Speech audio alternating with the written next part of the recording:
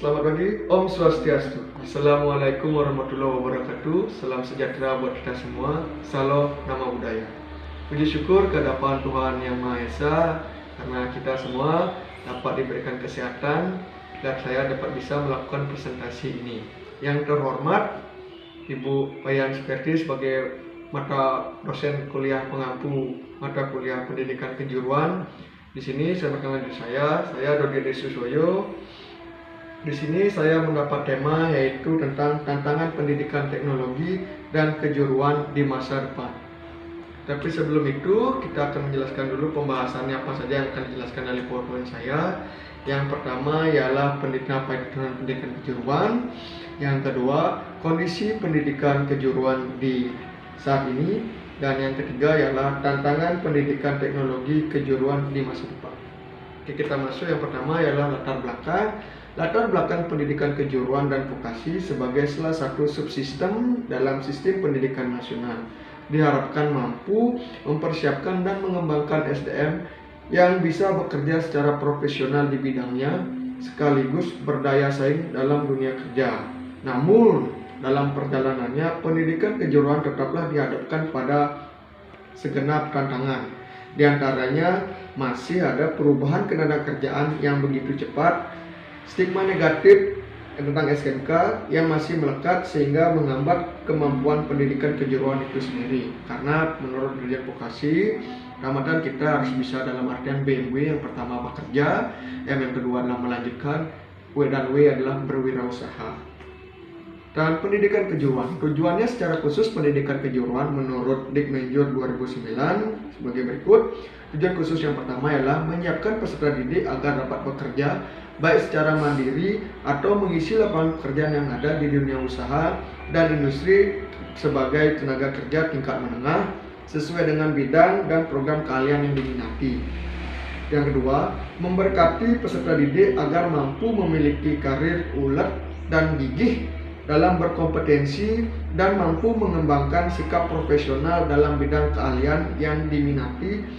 Dan yang terakhir, yang ketiga, membekali peserta didik dengan ilmu pengetahuan dan teknologi (IPTEK) agar mampu mengembangkan diri sendiri melalui jenjang pendidikan yang lebih tinggi. Itu untuk secara general pembahasan tentang pendidikan kejuruan. Next, adalah kondisi pendidikan kejuruan saat ini. Kualitas pendidikan di Indonesia saat ini sangat memprihatinkan. Ya, kenapa? Karena menurut hasil survei program for International Student Assessment PISA 2018 diterbitkan pada Selasa 3 Desember kemarin, Indonesia berada di urutan ke-74 dan 79 negara yang mengikuti survei PISA. Karena kenapa? Kualitas penyelenggaraan pendidikan kejuruan di negara kita masih jauh dari kata ideal. Hal ini mengingat jika ditinjau secara sistematik, pendidikan kejuruan pada dasarnya merupakan subsistem dari sistem pendidikan nasional. Tentu sangat mengkhawatirkan jika hal tersebut dikaitkan dengan berbagai tantangan di era globalisasi yang harus terus dihadapi siswa SMK di negeri kita ini. Banyak faktor yang menyebabkan rendahnya kualitas penyelenggaraan pendidikan kejuruan saat ini, sehingga membuat tantangan yang dihadapi SMK dalam menghadapi era globalisasi ini semakin berat. Di antaranya permasalahan yang dihadapi adalah yang pertama, landasan hukum atau undang-undang peraturan pemerintah dan keputusan menteri yang mengatur penyelenggaraan jenjang pendidikan menengah belum dilaksanakan secara baik dan konsisten. Implementasi penyelenggaraan pendidikan kejuruan masih kurang didukung kebijakan strategis yang dapat mewujudkan arah dan tujuan yang diharapkan. Banyak lulusan SMK yang tidak dapat terserap dunia kerja yang disebabkan ketidaksesuaian tuntutan pasar kerja dengan kompetensi yang dimiliki siswa. Salah satu penyebab terjadinya kondisi real ini ialah ketidakseimbangan antara landasan hukum dengan perencanaan dan juga implementasi kebijakan yang ditetapkan. Dalam arti ini bahwa target capaian yang diinginkan masih terlalu jauh dengan kenyataan yang ada. Yang kedua, model pengembangan kurikulum SMK masih belum optimal. Dalam pelaksanaannya di lapangan, pengembangan kurikulum dapat disusun dengan baik. Namun, dalam implementasinya, banyak kendala yang dihadapi sekolah dan para guru. Kurikulum yang selalu berubah juga menunjukkan bahwa belum ada kurikulum yang ideal untuk segala zaman. Yang ketiga, dukungan dan peran serta masyarakat dalam penyelenggaraan pendidikan SMK masih kurang optimal, di mana artinya peran dunia usaha dan industri dalam pengembangan pendidikan kejuruan tak dapat dipungkiri bahwa stigma negatif tentang SMK yang masih berkembang di masyarakat bahwa anak SMK dinilai sebagai siswa yang tidak pandai karena ada anggapan lulusan SMP yang bernilai jelek, SMK sebagai sekolah golongan kedua dalam strata sekolah menengah dan lain sebagainya, sehingga menuntut peran serta masyarakat untuk mengkikis semua anggapan itu.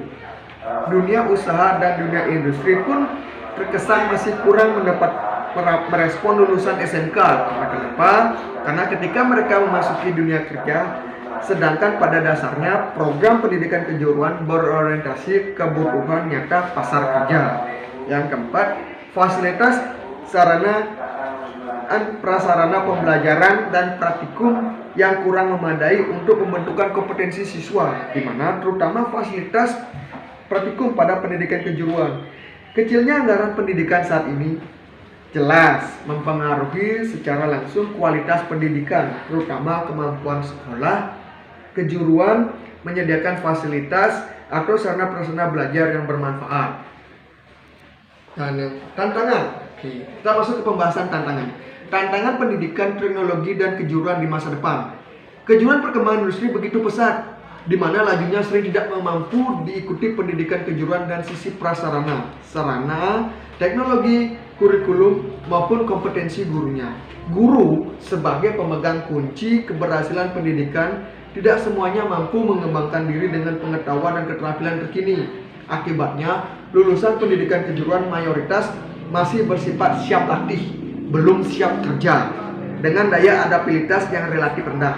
Jika keadaan ini berkelanjutan, maka kondisi ketenagakerjaan kita akan semakin terpuruk. Tantangan yang kedua adalah, jika tidak diantisipasi dengan tepat, kita akan kewalahan menghadapi masifnya tenaga kerja ahli dari luar negeri. Belum lagi hadirnya robot-robot yang memiliki kecerdasan buatan yang dapat menggantikan beberapa jenis pekerjaan manusia. Untuk menyikapi hal itu, inovasi dan investasi dalam pendidikan kejuruan perlu menjadi prioritas. Demikian pula lembaga pendidikan tenaga kejuruan, penghasil guru kejuruan harus terus berbenah diri untuk membentuk kualitas siswa. Yang ketiga, dari Tony Wagner dalam bukunya yang berjudul Global Achievement Gap menulis 7 modal dasar yang harus dimiliki semua siswa agar mampu berperan dengan baik. Yang pertama adalah kemampuan pemecahan masalah, yang kedua kolaborasi, yang ketiga kemampuan beradaptasi, yang keempat inisiatif dan kewirausahaan, yang kelima komunikasi yang efektif, mengakses informasi, serta yang terakhir rasa keingintahuan. Modal dasar tersebut harus diupayakan oleh pendidikan kejuruan agar lulusan yang dihasilkan mampu mengikuti laju perkembangan industri. Dan faktanya siswa-siswa kita kurang memiliki 7 modal dasar yang harus dimiliki oleh siswa tersebut. Terus apa yang dilakukan oleh langkah pemerintah untuk membangun pendidikan kejuruan? Yang pertama, pemerintah bersama-sama dengan industri menyusun dan mendesain kerangka pendidikan kejuruan dan demikian juga pelatihan. Kerjasama dapat mencangkup pembiayaan dan pengembangan kurikulum dan implementasinya, serta bersama-sama melaksanakan asesmen proses dan lulusan pendidikan kejuruan itu, sehingga setiap siswa dan pendidikan kejuruan mengerti dengan apa yang dia pelajari dan bagaimana penerapannya di dunia kerja. Karena apa yang dipelajari di sekolah merupakan kondisi yang nyata atau aktual yang ada di dunia industri atau usaha. Yang kedua, mendorong SMK menciptakan kemampuan kerja para lulusannya yang adaptif dengan dunia industri yang mereka miliki, di mana dilakukan oleh suatu bentuk kegiatan pendidikan atau pelatihan kejuruan dengan belajar di 2 tempat pembelajaran, yaitu di sekolah dan di industri. Kombinasi pembelajaran tersebut harus didesain sedemikian rupa sehingga terjadi sinergi yang sangat baik antara pembelajaran di sekolah dengan pembelajaran di industri. Yang ketiga, menetapkan standar nasional dalam sistem pendidikan kejuruan. Kualitas pendidikan kejuruan harus dijamin dengan diterapkannya standar-standar pendidikan dan harus dipatuhi sebagai acuan proses untuk memenuhi kualifikasi standar lulusan yang akan memasuki pasar kerja. Dengan kualifikasi tersebut, para lulusan dapat memenuhi tuntutan persyaratan penerimaan tenaga kerja, sehingga rekrutmen tenaga kerja menjadi sangat mudah dengan tersedianya tenaga kerja dengan kualitas yang baik. Yang keempat, mengangkat tenaga pendidikan kejuruan. Itu yang paling penting. Kenapa? Karena yang memiliki kualitas di bidangnya, para guru dengan tenaga kependidikan kejuruan didorong untuk mampu mendesain strategi pembelajaran sesuai dengan keberhasilan dunia kerja.